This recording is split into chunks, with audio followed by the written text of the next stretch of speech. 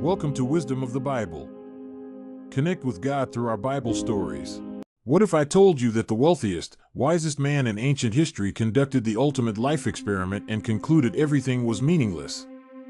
King Solomon had unlimited resources, unmatched wisdom, and access to every pleasure imaginable. He built empires, accumulated fortunes, and tasted every experience humanity could offer. Then he wrote a book so brutally honest it still makes people uncomfortable thousands of years later. Stay with me, because at minute 15, I'll reveal the shocking conclusion that transforms this apparent nihilism into life's greatest secret. Solomon wasn't theorizing from an ivory tower. He lived it all. He chased knowledge until his mind ached, built architectural wonders, filled palaces with gold, and denied himself nothing. And then he wrote Ecclesiastes. The opening words hit like a hammer: vanity of vanities, all is vanity. But here's what most people miss. This isn't a depressing ancient text. It's the roadmap to genuine meaning. He looked at the world with unflinching eyes. Generations come and go, but the earth remains unchanged. The sun rises, sets, and returns to where it began. Wind blows south, then north, circling endlessly. Streams flow into the sea, yet the sea never fills. Everything moves, everything works, but nothing actually changes. People keep looking, keep searching, but they're never satisfied. Even what seems new has already existed in ages past. We forget the people before us, and future generations will forget us too. Solomon had a unique advantage. As king over Israel and Jerusalem, he possessed wisdom no one else had. So he decided to use it.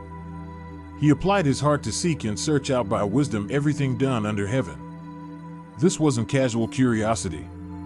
He devoted himself completely to understanding all human activity. But what he discovered shocked him. He called it an unhappy business that God gave humanity. After examining everything under the sun, his conclusion was devastating. All is vanity and striving after wind. Imagine trying to catch wind with your bare hands. You run, you reach, but you grasp nothing. That's what all human achievement looked like to him. Some things are crooked and cannot be straightened. Some things are missing and cannot be counted. Even wisdom has limits. He had acquired more wisdom than anyone before him in Jerusalem. If anyone could find ultimate answers, it was Solomon. He studied not just wisdom, but also madness and folly, wanting to understand both sides completely. His discovery? Even that pursuit was like chasing wind. Then came the brutal truth: in much wisdom is much vexation. The smarter you become, the more problems you see. Understanding brings its own suffering. If wisdom led to sorrow, perhaps pleasure held the answer. Solomon threw himself into an experiment with enjoyment. He tested himself with laughter and pleasure, determined to find satisfaction. But it proved empty. Laughter felt mad, pleasure seemed pointless. Yet he didn't give up easily. He searched for ways to cheer his body with wine while his heart still guided him with wisdom. He wanted to discover what was truly worth doing in our brief lives.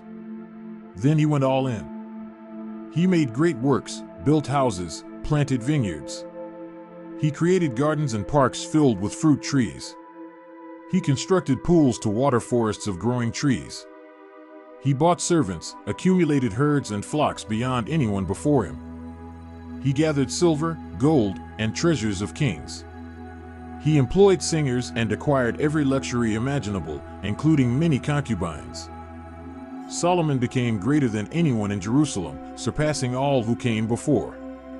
And here's the crucial part: his wisdom remained. Whatever his eyes desired, he didn't withhold. He kept his heart from no pleasure. The work itself brought some joy. But then came the moment of truth. He stepped back and considered everything his hands had accomplished.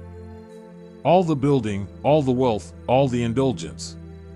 He looked at the toil he'd expended creating it. And his conclusion shattered the illusion. All was vanity and striving after wind, and there was nothing gained under the sun. After everything, he found only emptiness. No real profit remained. But hold that thought: because what he discovered next completely changes everything. Solomon decided to compare wisdom and foolishness directly. He examined what options exist for any human being. What can anyone do that hasn't been tried? He found that wisdom does have an advantage over folly, like light has advantage over darkness. The wise person sees where they're going. The fool walks in darkness, stumbling blindly. But then came the word that changes everything, yet. Yet the same event happens to both of them. Death doesn't discriminate. The wise person dies, the fool dies, same destination. Solomon asked himself the piercing question, what happens to the fool will happen to me also, so why have I been so very wise? For both the wise and the fool, there is no enduring remembrance. Future generations forget them equally. Time erases genius and idiot alike. This realization hit Solomon so hard that he actually hated life. Everything done under the sun felt grievous to him. Before we continue with Solomon's most profound discovery, take a second to subscribe to our channel. What you're about to learn has the power to completely transform how you view your career, relationships, and daily life. Hit that subscribe button now. Solomon's frustration intensified when he thought about legacy. He hated all his toil because he must leave everything to whoever comes after him. And here's the uncertainty: who knows whether that person will be wise or foolish? Yet they'll control everything he worked for. This thought drove him to despair. Because sometimes someone who worked with wisdom must leave it all to someone who contributed nothing. What do you actually get from all your striving? Days full of sorrow, work that frustrates you, nights where your mind won't rest. But here's something shifts dramatically. After all the darkness, Solomon offers radically different advice. There is nothing better for a person than to eat, drink, and find enjoyment in their work. These simple pleasures come from God's hand. Apart from Him, even eating doesn't satisfy, even pleasure feels empty. God is the source of being able to enjoy anything at all. God gives wisdom, knowledge, and joy to those who please Him. This is the first time Solomon points beyond the human struggle. Yes, everything under the sun is still vanity. Yes, we all die. But there's a hand above it all. God's hand. And from that hand comes the ability to enjoy simple, daily life. Then comes one of Scripture's most famous passages. For everything there is a season, a time for every matter under heaven. A time to be born and a time to die. A time to plant and harvest, to kill and heal, to break down and build up. Birth and death, weeping and laughter, mourning and dancing. All of it has its season, all of it has its proper time. God makes everything beautiful in its time.